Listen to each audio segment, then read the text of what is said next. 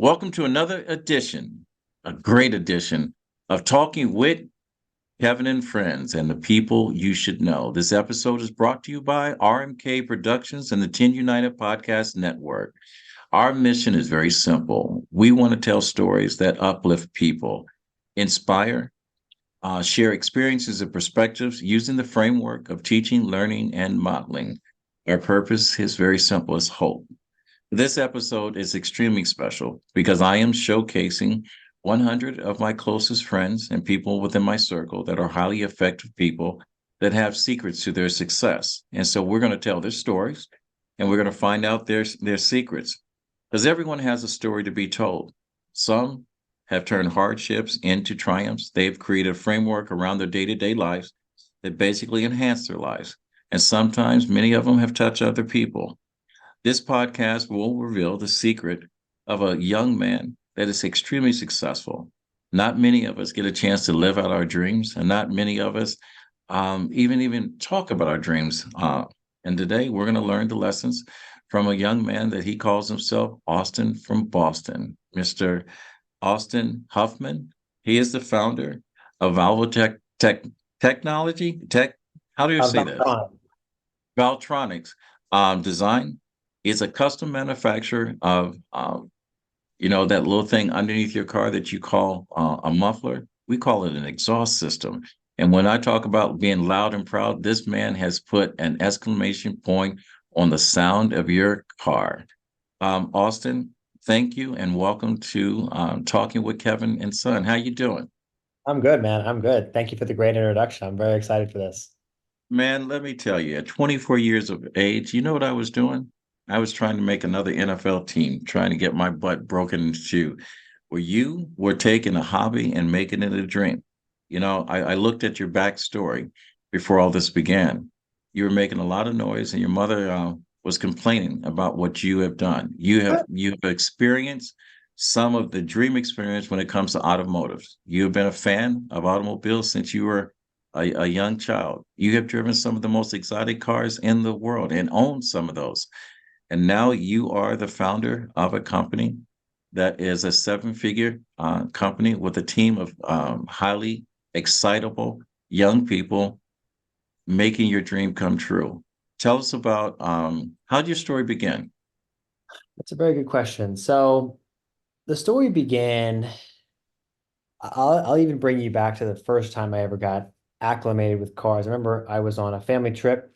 This is back in 2007, right when the Audi R8 just came out. And me being an impressionable 9-year-old, I remember seeing this silver car with this silver side blade. I was sitting in the back of a diesel 7 Series BMW, and I remember looking to my left and seeing like this amazing shape, making a left as we were making a right. And I was like, what is that? So that kind of sparked it. And then I just continued to build the obsession, reading car magazine, looking at pictures, reading about specs and statistics on the cars. And from there, the obsession just continued to build. I was always the car enthusiast, the car kid, let's say, in school. And then my kind of entrepreneurial spirit scaled when I was about 15 years old. And my family has a summer house in a place in Rhode Island. And I remember walking around with my bicycle with a friend of mine named Sam. And we came across this Porsche 996 turbo convertible. And it was black, red turbo brakes, the turbo twist wheels. And at the time, I had been spending so much time looking on like the Fab Speed catalogs and all the companies that build products for those cars.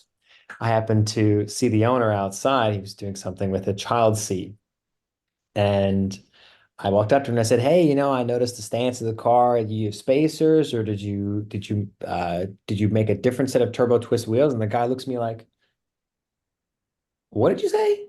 And I says, "Yeah, no, the car is like the fitment's really good, but is the car lower? Do you have springs? Are you on coilovers?" And the guy was like, "How do you know all this?" And I said, "Well, I like this stuff. This is what I'm into." He goes, "Oh, wow, cool." So, we open up the car, we're taking a look at it, and he goes, "Well, I don't really have anything to do, so do you guys want to come for a ride?" Now, I preface this story by saying don't ever get into someone random's car, but it's a very, very small community where we are, and all the families know each other. So we had some mutual connection before I ended up getting in this person's car. And I got in the car and we went for a ride. He took us for a fast ride around like the Route 1 down in like the westerly area. So it's a nice wide open road, and the car was tuned. I had like 1.1 bar of boost, so it was fast, and it was way faster than anything I had ever experienced. So that got me started, and I was so enthusiastic about that drive. And after finishing the drive, he said to me, he said, "Hey, I don't know, you seem to maybe know the stuff around here. Do you know any place where I can get the car washed?" So I said to him, "Well, actually, my uncle always washes his car on Sundays. This was a Saturday. Why don't you bring it by tomorrow and I'll wash it with my uncle for you in return for giving us this drive?" So he said, "Great, that sounds like a great idea." Brought it by, cleaned the car up, made it really look presentable, and the guy gave me $200 in cash. And in my head, I'm like, wow, maybe I could make some money here. So where we were located, the house we had as our summer house, we were right across from the beach, and there's no parking at the beach. So I kind of used this to my advantage because I would bring cars in, and people are looking to like find spaces or where to park to drop their stuff off. I would say, "Hey, if you pay me $150 or $100 for a detail, I'll hold your car here the whole day because I have driveway space, and you'll come back to a clean car." So it ended up kind of starting there, and that's how I got kind of my funds up because I asked my father, I said, "Hey Dad, what are you going to buy me for my first car? I'm almost 16." He goes, "Oh, you can buy whatever you can afford, pal."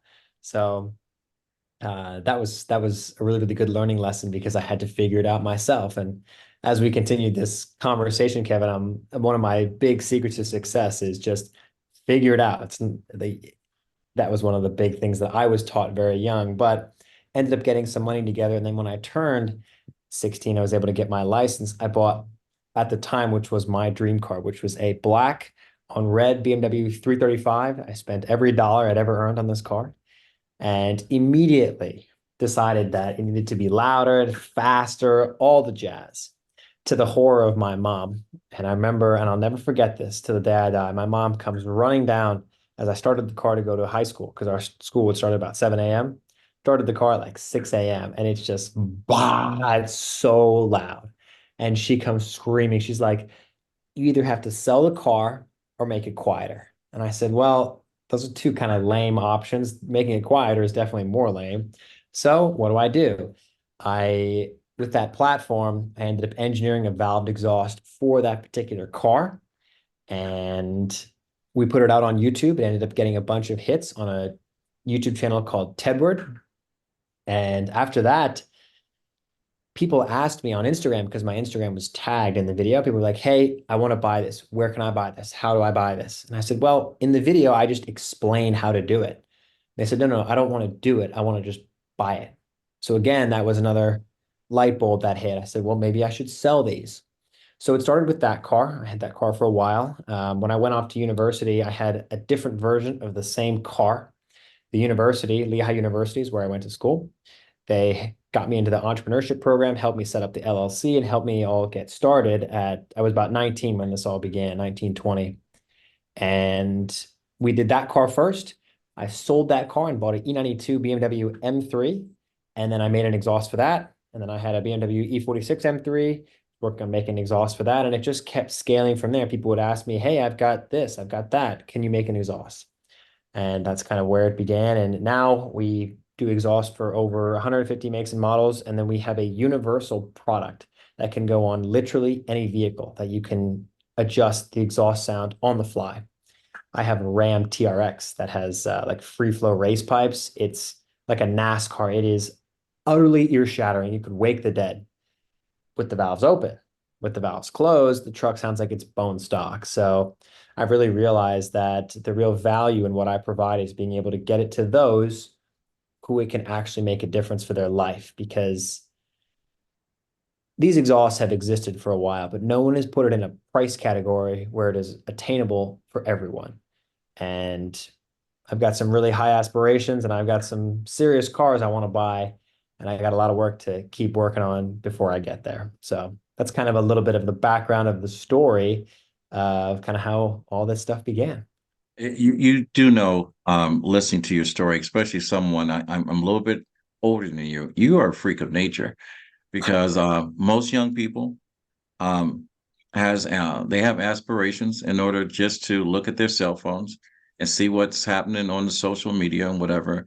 At the age of 19, they are not looking at the fact that going to the beach instead of swimming and trying to find someone to buy them liquor. They're not looking for a way in order to fund their vacation through washing cars and babysitting cars. And not only are they not looking at the vision, they're waiting till they graduate, couple $1,000 in school debt, and take on a job they would have had if they had just gone and worked in middle management. And here you are, you saw an opportunity, and this is the whole conversation of being an entrepreneur. You Mm, see something that's out there in the world and say, well, can I make it better? That's the reason why Firestone and Goodyear and Michelin and all those other places exist. That's the reason why the Audi R8 is superior great car. to some other cars that are designed and look like them. And you just figured out a way to make it a lot more fun. I mean, I will tell you, for the people that are just listening to this on one of the podcast networks and people that are watching, I have not seen this young man at 20. I think he was 24 when I first met him. He's 25 now. He's growing up. So he's almost a legal adult. This man has been smiling every single time I have talked to him. And matter of fact, I'm still trying to figure out a way in order for me to buy a new car. My first hot rod was the Silver Edition Trans Am when it Yes. first came out. Car. That was the first car that I had, and I did the same thing you did. Adjusted the suspension, changed out the exhaust system, changed out the cooling system. It already came with an attitude. I just had to make it mad, and Yeah. I heard the same thing from my grandmother every time I started the car. I actually had to put it in neutral to Oh, take and it back off it our, out. Oh yeah, no. for because otherwise she would tell me to cut the car off. I'm going, you don't understand. Yeah. And I can let the car you, warm up. What do you mean? I can't just, yeah. yep. And for anyone that you've are listening to this and are curious about the way this car sounds, you have plenty of video of what the car sounds like coming from the factory and what the car sounds like after leaving your factory, after leaving Absolutely. you. Yeah. Well, what's very interesting is that brings up a valuable point when it comes to how to build a brand. You need to fully analyze how somebody is going to make a purchasing decision. So for myself and my products, the way that you communicate what a car is going to sound like is you can't just post a 15-second video of the car doing some revs. Our sound clip videos are 10, 15 minutes long on YouTube of just raw sound, the car going past you this way, that way, revs, flybys, interior, exterior, GoPro on the bumper, launch control, any facet of how the car could behave in a particular scenario, we try to convey it because that's the best way to, for my market, I should say, to communicate or to help people along that buying journey. Because if they, everyone always has a lot of questions, especially with the products that are very expensive. There's some systems that are behind me here, like this Lamborghini system, which is like a $10,000 exhaust.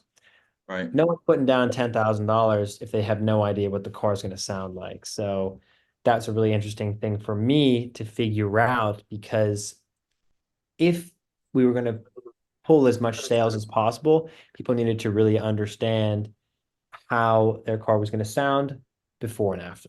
That's really important for my stuff. In different industries, I'm involved in some other businesses as well, and that changes very drastically. But figuring out where people really go to shop, it's not about engagement. It's not about necessarily just you know, bringing the people in. It's about saying, let's bring them in. But after they watch this video, they need to be convinced that this is the option.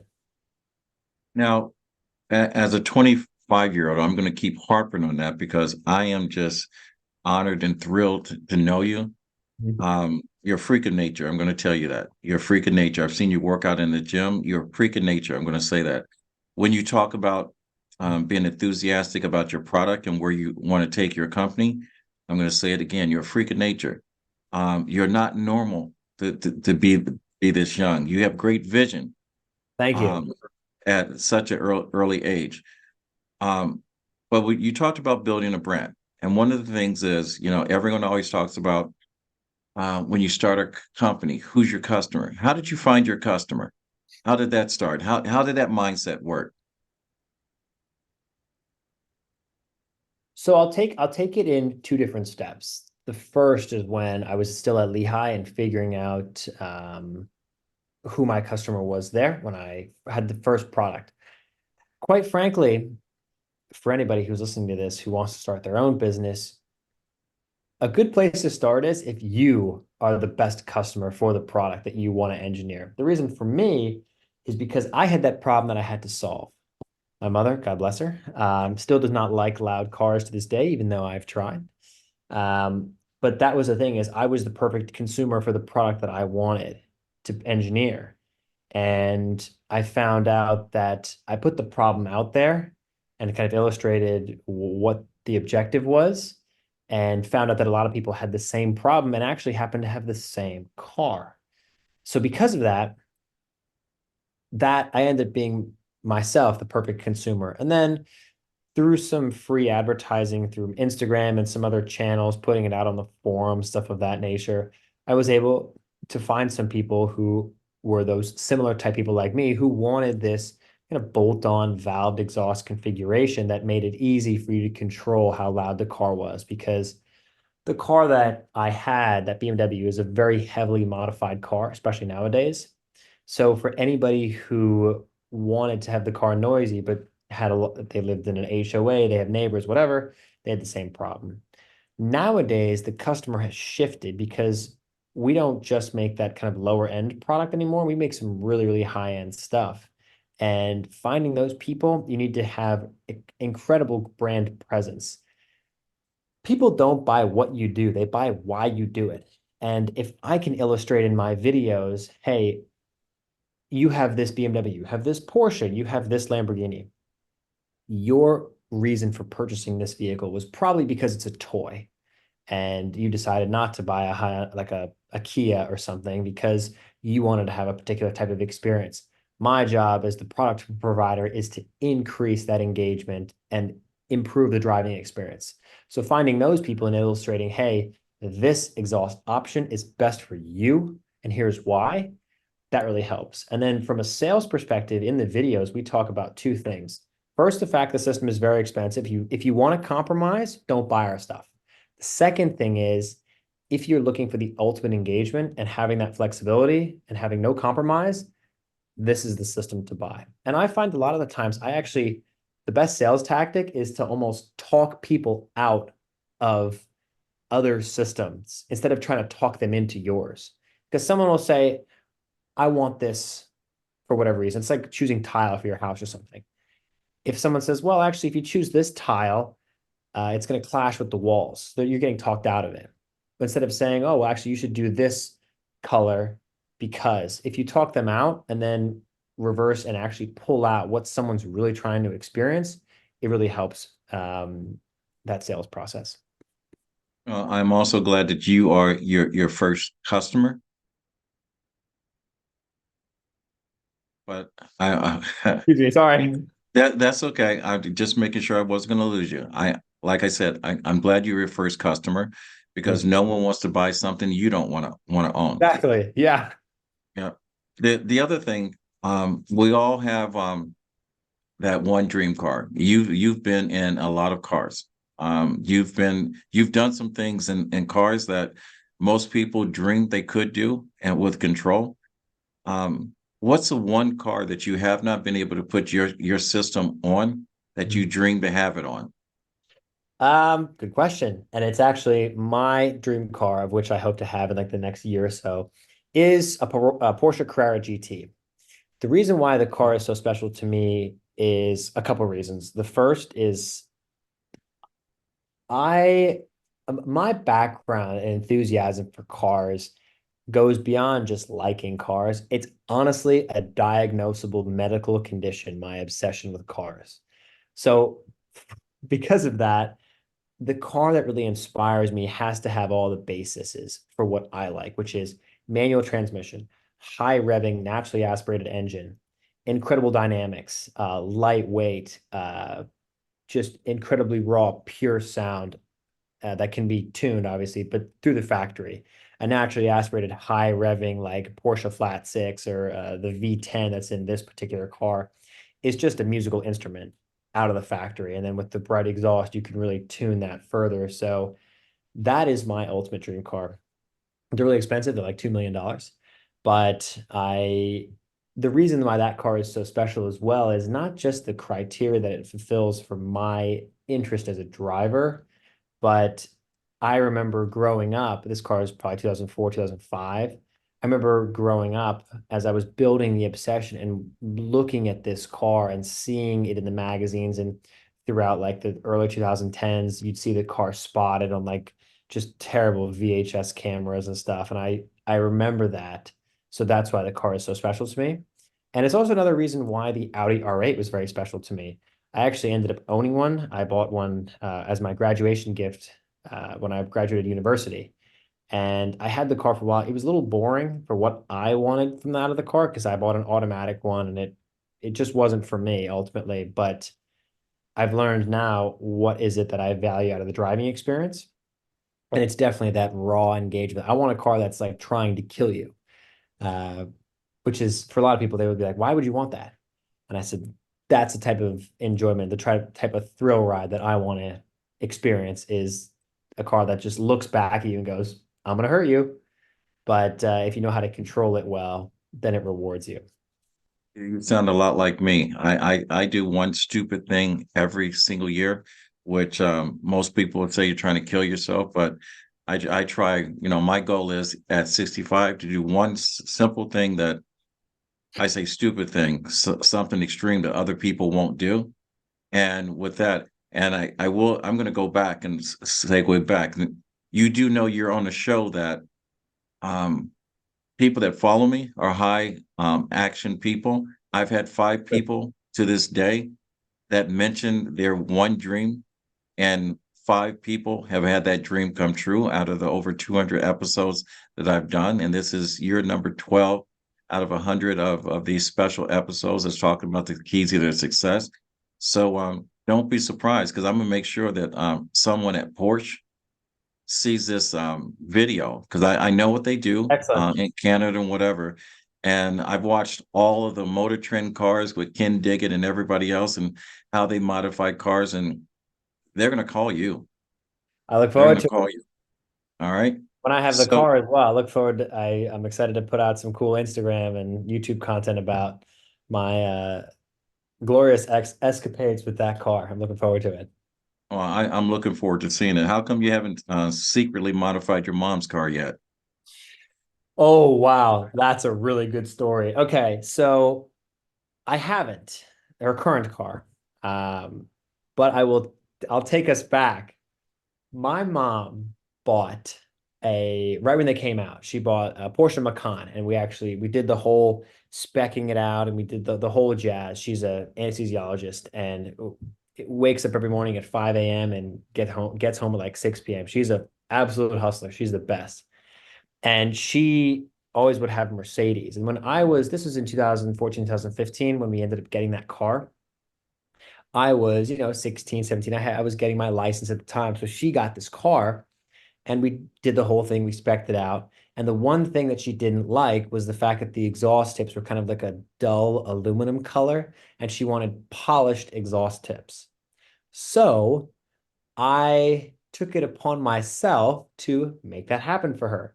So I found a company that was actually selling a full exhaust system on eBay. And I said, hey, this is me as a 16-year-old, by the way. Hey, you guys have no videos of this exhaust system anywhere. Send me the exhaust and I'll make the videos for you and we can push some content. They're like, okay. So they sent me the exhaust and I had it put on at a shop. My favorite shop to this day, someone who I'm completely in their debt is Farley at Eurotech Motorsports. and he's just the man. He's the reason why I got into this stuff and helped me make this dream come alive. But I remember as a 16-year-old bringing my mom's Macan in with this box of exhaust stuff in the back. And Farley goes, Are you sure you're supposed to be doing this? And I'm like, yeah, it's fine. Don't worry about it. So we put this exhaust on my mom's car. We made it excruciatingly loud. And I didn't tell my mom. I just said, hey, look, your new exhaust tips are on, because this system had like the polished exhaust tips.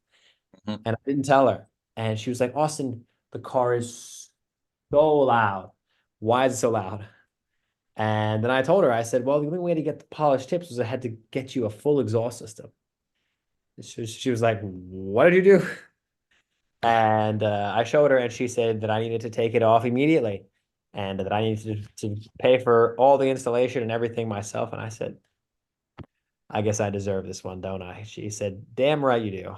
So she was not too thrilled with that. But because of that, I'm not allowed to touch any of her cars.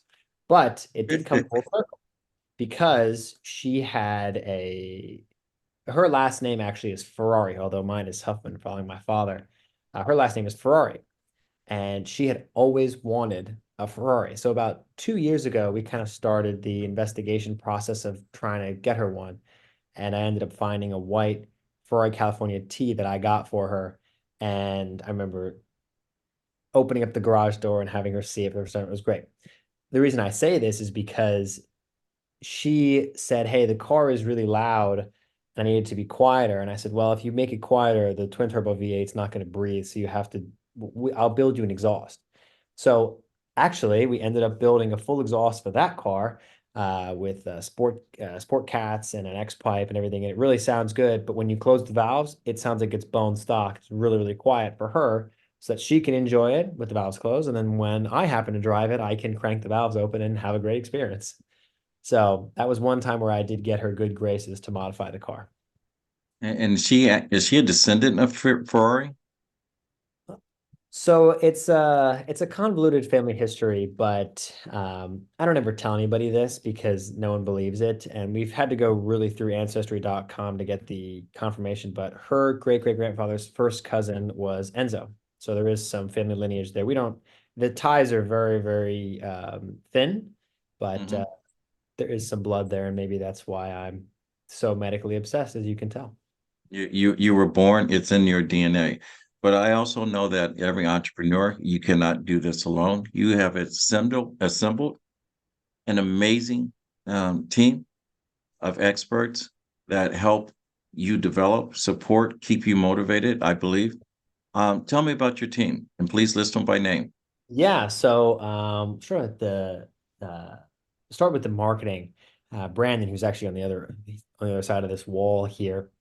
Brandon, I actually found at university. He was big on Instagram, kind of the time we were beginning the scaling process of the company back in 2020, and kind of when COVID all shut us all down. When that happened, it was a window into what the next layer is going to be for this business, because I knew how to market a little bit, but Brandon really is the mastermind. And he's also a paid social and paid ads mastermind now, after having learned from a colleague of ours called Alex Martinez.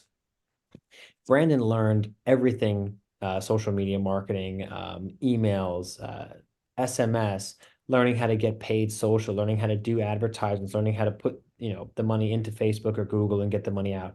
He's really become quite the expert. And that has been so valuable for the business, because when you take everything together, regardless of what business it is, it's all marketing. It's not like 80-20 marketing and then everything else. It's literally 99.9% marketing. If they don't know about you, they can't buy.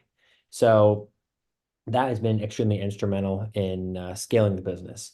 On the other side, we have Katie and Heidi, who honestly, they run this place. They make it happen every day. They're helping smooth out transition. Heidi does supply chain and all my ordering of raw materials and all that stuff. Katie is like literally one of my limbs. She helps manage everything on the back end, payroll, all the stuff with some of the accounting stuff as well. She's just, I say, I'm like, she's the man. She's great. On the other wall behind me here, we have Phil, who runs the customer service department. When you talk about really expensive items, what counts? Service. So if someone does have a problem or an issue, I am extremely transparent that people, you got to have good service, and people not getting emails or stuff getting missed is not acceptable.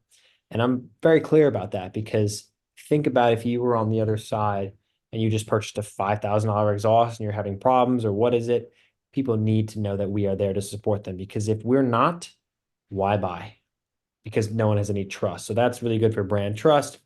On the packing side of things, we have Justin and his team, and they've done an incredible job of making sure the items come in, everything is operational, doing assembly, and making sure that when the items go out, everything is perfectly packaged, everything is in the box correctly.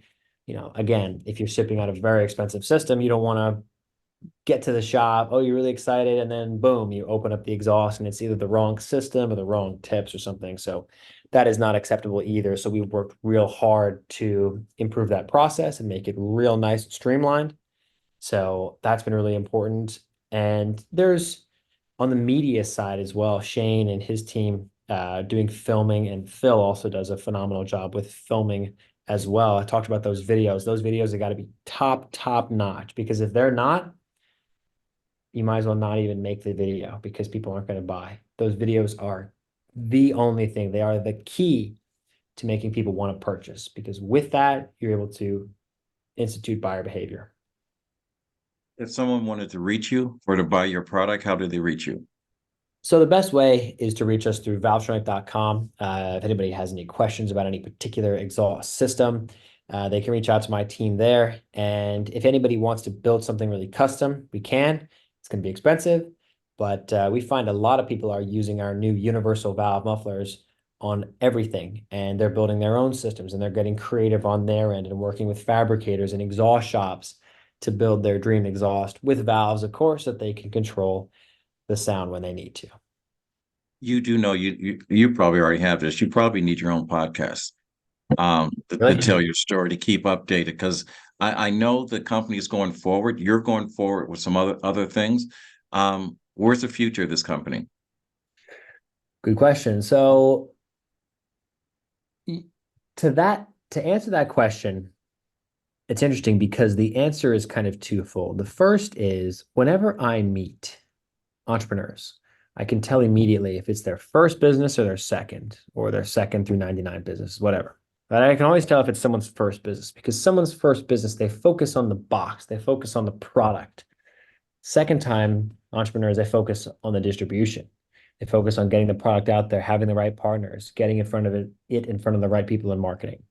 So the future of this brand, I see, my goal is I would like to be the size of Magnaflow, and they do about $50 million a year, maybe a little bit more.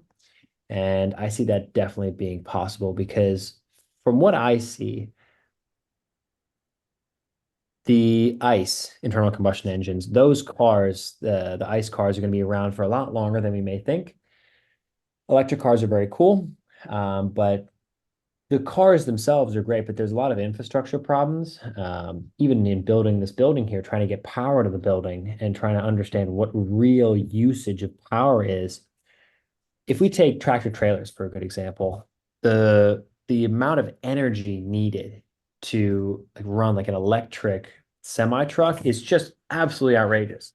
So I say that because it's very clear that internal combustion engines, trucks, cars, it's going to be around for a very long time. Because of that, there's going to be a big market for Valvetronic to build the exhaust systems that everybody wants to buy, that have that type of flexibility, because without it, we're going backwards. But with the flexibility, neighbors are happy, the police are happy. When you enter a specific restricted area, you can't have the exhaust open. We've got noise cameras and stuff all over the place. People are getting in trouble for, speeding and stuff like that. So we just want to use this product, this engineering and the technology, to build a better tomorrow where people who like cars aren't so victimized.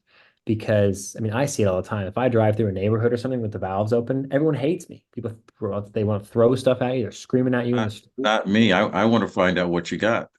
See, but see, like you're cool, but and I think a lot of people are cool too, but they just I'll say it even myself. When I hear a really noisy car and I'm just like a pedestrian walking, it is obnoxious, even though I love this stuff. So we just need to continue to be respectful of those who really don't care. Yeah, I'm not really a golf enthusiast, right? But you know, the fact that there's so much space of this country that's taken up with golf courses doesn't bother me. I think it's cool. So stuff like that is need to be respectful of other people's hobbies and the fact that maybe in a neighborhood at 11 p.m. it's not the best time to be revving your car and doing burnouts and donuts, perhaps. So that's the big thing. And I do see the interest in the product has continued to swell. We're working more on our paid social, going to continue the marketing objectives. And I see that, my goal is like $500 million, and I think it's possible. Well, I will tell you this until you get your own podcast, you're welcome to use my show. In order to do that, I'll be more than happy to work with yours because I want people to fall back in love with cars. I grew up Seriously, at same. I grew up that little kid carrying the craftsman tools to a drag strip with my uncle with his car. So the noise has no effect on me. It takes me back. So when I saw your story, when you talked about, customize or modifying your Jeep Wrangler when you were a kid, it just took me back because my first car was a 72 Nova, and Okay. every car that had, I've taken off the exhaust, I've taken off and put headers on there. I grew up with the family that had Kragers, so I always had offset wheels on the back. At Mm. that time we had air shocks to put on the back in order to change the stance. Um, so when I look at your enthusiasm, your excitement when you talk about your product, you are what an entrepreneur looks like. You're what your entrepreneur feels like. You're that thrill seeker, and you're excited, and plus you assembled a team of like-minded people, and that's the reason I want it. Most people, All that counts, honestly. Like if I yeah, look back on why I'm successful, I'm great, I think. But it's about my team. My team is they're the jam. Because without them, I mean, if you want to go fast, go alone. If you want to go far, go together. you're exactly right, and that leads me to the next question. If you had to give a list of to entrepreneurs that's starting out in any level of business, what would be your secrets to success or your advice?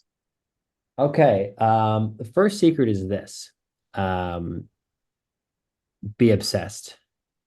That's the first thing because if some in the beginning of this podcast, we talked about the stuff that I've done, and I've been very fortunate to be successful.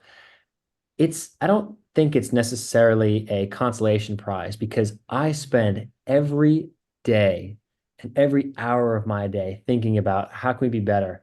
Should we work on this new product? How do we have better service? Like if you're so obsessed and you just really are focused and dedicated, how could you fail? Seriously. Like if you're just so dedicated to it, how could you fail? That's the first thing. The second thing is if you don't know which thing to do, you must just start. I know so many people who they'll say, "Oh, I'm going to start a website. I'm going to start a business." All right, cool. Get after it. Uh, a week will go by. I say, "Hey, how's that business?" "Oh, I haven't started." You're going to lose. You're going to lose. The reason why is because if you are so hesitant to start, you won't be able to piece together the puzzle of how to build the business and set the stepping stones. That's the second thing. The what's another good one? The third thing that kind of goes with being obsessed too is kind of as you alluded to, Kevin, as this podcast began as well. If you're not the perfect consumer for something and you haven't really tested it, don't expect other people to buy it because you have to be so obsessed with the product or the box you're selling Mhm. that if you don't have that, don't start. Additionally, too, in your business, write the roadmap. No battle was ever won exactly according to plan, but no battle was ever won without a plan. If you have no plan and no trajectory, where it doesn't matter where you go because there's no end. You don't know which way to go. It's like setting off on a road trip. Where do you go? Or where do you want to go? It just doesn't matter. Okay, well then it doesn't matter which direction you go. So that's another really big thing. Um, And then also too, like the pieces of the business, you need to know everything. You need to know the numbers, how you stack up, your competition. You got to know all this stuff. Because if you have no idea, why would I want to buy from you? You don't know anything about the competition or who you're trying to be better than. That's a good one. Hmm. A lot of sacrifice. A lot of sacrifice. People say, "Oh, no, I want to start a business," and they want to go to the club on Thursday. They want to go to the club on Friday. They want to go to the club on Saturday. Get rid of that stuff. If you take 1 or 2 years out of that party existence and just focus on your business and what you have to do, again, how could you not be successful? That's a lot of time. And probably the last thing I'll say about this is it really is about the team. You got to find people. I know a lot of smaller businesses that I've got some ties with, detailing shops, wrap shops, stuff like that, and they fail fast because they can't find people. Running a service business like that, or even a consumer business like we do with products, ultimately it's not that challenging when you think about it in the spectrum of existences. You're bringing product in and either you're reselling it or you're building product and you're selling it. If you don't have a really good team around you to smooth everything out, stuff's going to fall through the cracks real fast, and you'll find that you'll miss things, people will be unhappy, and your business will crumble fast. So it's all about finding the best people. And I totally agree with you. Even with my team, I always tell people, and I learned this the hard way, you have to find people that are ready, willing, and able. Oh People yeah, that believe in your dream, the people that make the same sacrifice. We have one thing that says don't feed your distractions. And I always say yes and. So everyone's input I is like that. important. Everyone's input is important. And I share in the growth of the company. If you come up with an idea and we implement it and you want to put in the work for it or whatever, you get rewarded for doing that work. And Hmm. that's how you keep good people around. A lot of companies churn and burn. As Yes, long as you're there and every 6 months they're looking for someone to replace a person like you, person like me. And that's the reason why the 20% of people that make the world go round produce 80% of the products in there is yes, because they don't know how to value that 10% below that 20% that needs a little bit of, give me some of what I'm giving to you and I'll give you all that I have, you know. exactly. And that's what it counts for people. People want to be part of something that they feel like they matter. Every day Right. here, it makes me happy that we have our fair share of problems. Even before this meeting, I was dealing with some stuff. It's just like, oh, why is this happening? But be blessed to know that you're fortunate to even have the opportunity to have these stupid problems you got to deal with. Right. Because, I mean, when I look around some days, I always do think, and I'm a victim of this, and it's not one of the most healthy things. And if there is something I need to work on, it's this. The grass is always greener for me. At least I feel like it. I've got some friends of mine and mentors, and they have tenfold what I have. And I look at them and I'm like, oh, life must be amazing once you get there. You got this, you have that, or you've experienced that. That just doesn't make any sense. But it's something that people get trapped into, especially with social media, especially this stuff, because people I know look at me and what I put out on social media and just my existence, and they're like, wow, this Austin guy, he has it made to a level that is so far beyond what I could have ever imagined at this age. So I'm extremely blessed for that. And I need to do a better job myself of really realizing that, because there's days when I wake up and I'm like, what am I doing? And that's constantly the struggle, is it never gets any easier, but you can only hope to become stronger. Do you mind if I give you a little advice? Please, please, I need all the Uh, advice. Yeah. I'm Always going to give you learning. I'm going to give you two simple things, and I've learned this. I've been practicing this. I call it neutral thinking, but I've adapted a new conversation after reading a book by Dan Sullivan called The Gap and the Gain. The gap is where your mind sets when you look at other people and always says, I'm never going to be like that. I can't do this, or if I do this, this is going to happen, whatever. You know, the gap is that one part of the mind that sabotages every part of your dream. The Mhm. gain is looking at where you're at right now and enjoying the moment that you have, enjoying the people that you've surrounded yourself with, enjoy the fact that when you go back into your think tank and you Mhm. come up with a concept and they bring you back the whole pie. And you said that, not only does it smell good, it feels good, it sounds good, and then someone puts it on their automobile and they drive away with that great big smile, and you look back and says, "Damn, that shit really works." Absolutely. Yeah. That Yeah, really you're works. right. Always remind yourself, avoid the gap and live in the game. Hmm. Avoid the gap, live in the game. Okay. I Okay? like that. I'm gonna work on that. Yeah, because I've spoken to my father at length about this type of stuff, and he always I for those viewers who really are into cars, I got a McLaren 720S, which has been my one of my other dream cars for a long time. We're doing exhaust development. It's by far the most expensive car I've ever owned. And I thought when I got this car, everything would be different, but it's all the same. And I spoke to my father at length about it, and I'm like, I don't feel any different. He's like, Austin, get used to it. That's kind of what happens when you get the things that you want. It's about the journey. It's not necessarily about the things. And it's the journey is one thing, but it's also sharing it with others and allowing others to be a part of it. So that's a really an interesting That issue. But I like you're saying there, don't live in the gap, live in the gain. I like that. yeah. And believe it or not, the big story of success is being able to share those experiences with other people. Definitely. That's what counts. And Bringing that's what others counts. with you. Well, I just wanted to thank you for taking the time out of your busy day. Um, you are an amazing individual. I'm glad to have you in my circle of friends. And if you had one ask, and that one ask could come true, and the reason why I say this, I'm going to say this again, because the people that follow my show are high call to action people. They don't drive by an accident, they stop to help. If you had that one ask, and I'm going to tell you, anyone that can make a decision at Ferrari, let this man put an exhaust system on his dream car. Become a partnership. I'm going to ask for you, and you can ask later on. Create a partnership with this young man because this man is the reason why Porsche and every exotic car has ever existed because the enthusiasm of a young man with a heart and a passion for a fine-tuned machine exists in his DNA. So with that question, what would your ask be? And ask big. My ask, honestly, Kevin, is this, and this is going to be very, very off the wall. My ask is for um, the car community to coexist in a wonderful way with the authority, the police officers, the highway patrol of the world.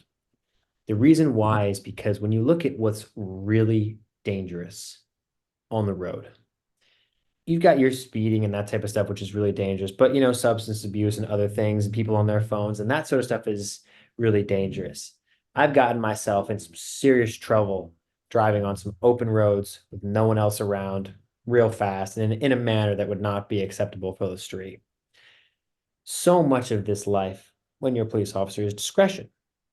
And what I wish for so much is I would love for the police and car enthusiasts to coexist extremely well together because there is so much anger and disdain and lack of coordination between those people who really like cars and are out there, exploring their cars, enjoying, learning, the proper way to drive, and those people whose their job is to enforce the law, enforce the rules.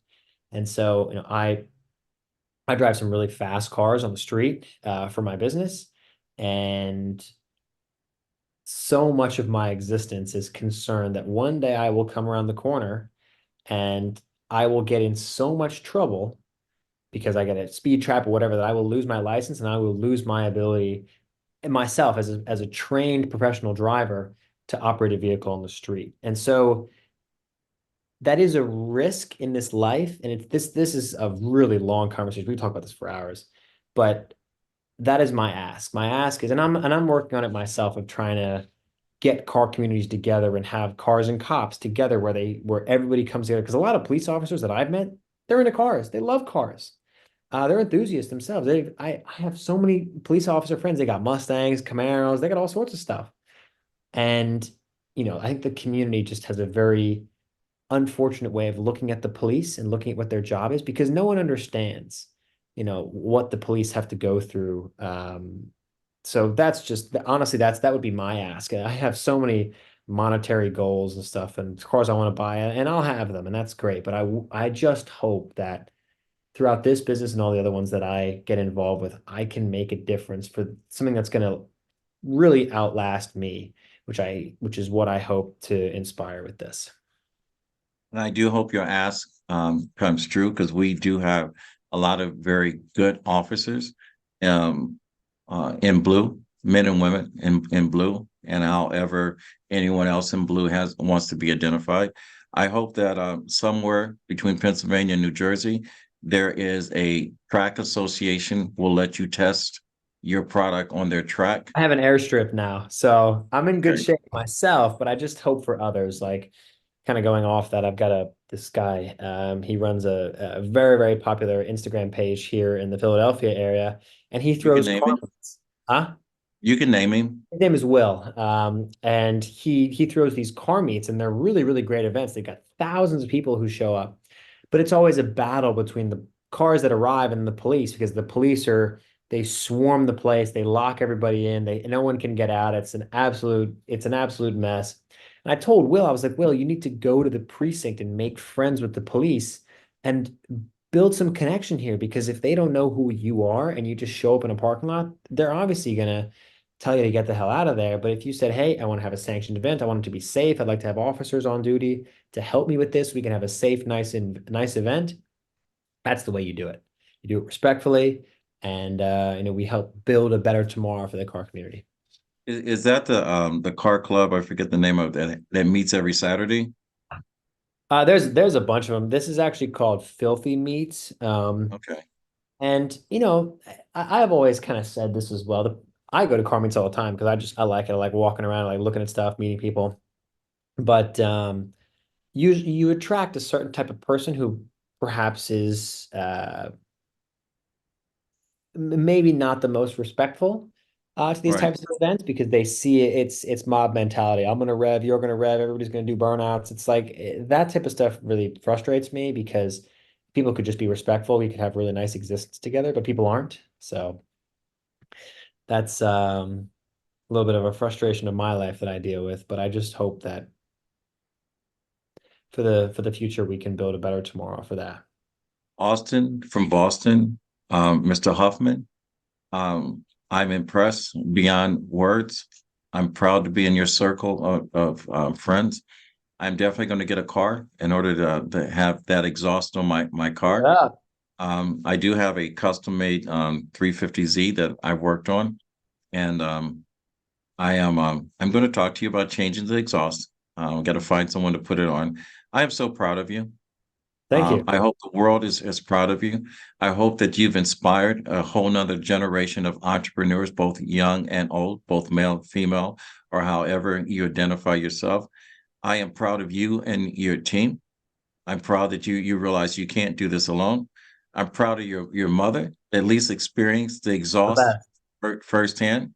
I'm proud of your father, the legacy that you're creating. Can't wait to see when you start a family and what a young Austin from the East Coast. I mean, you're living in Pennsylvania. Austin from Boston sounds cool, but you know, Well, I'll always be Austin from Boston. I'm not Austin in Boston, at least right yeah, now.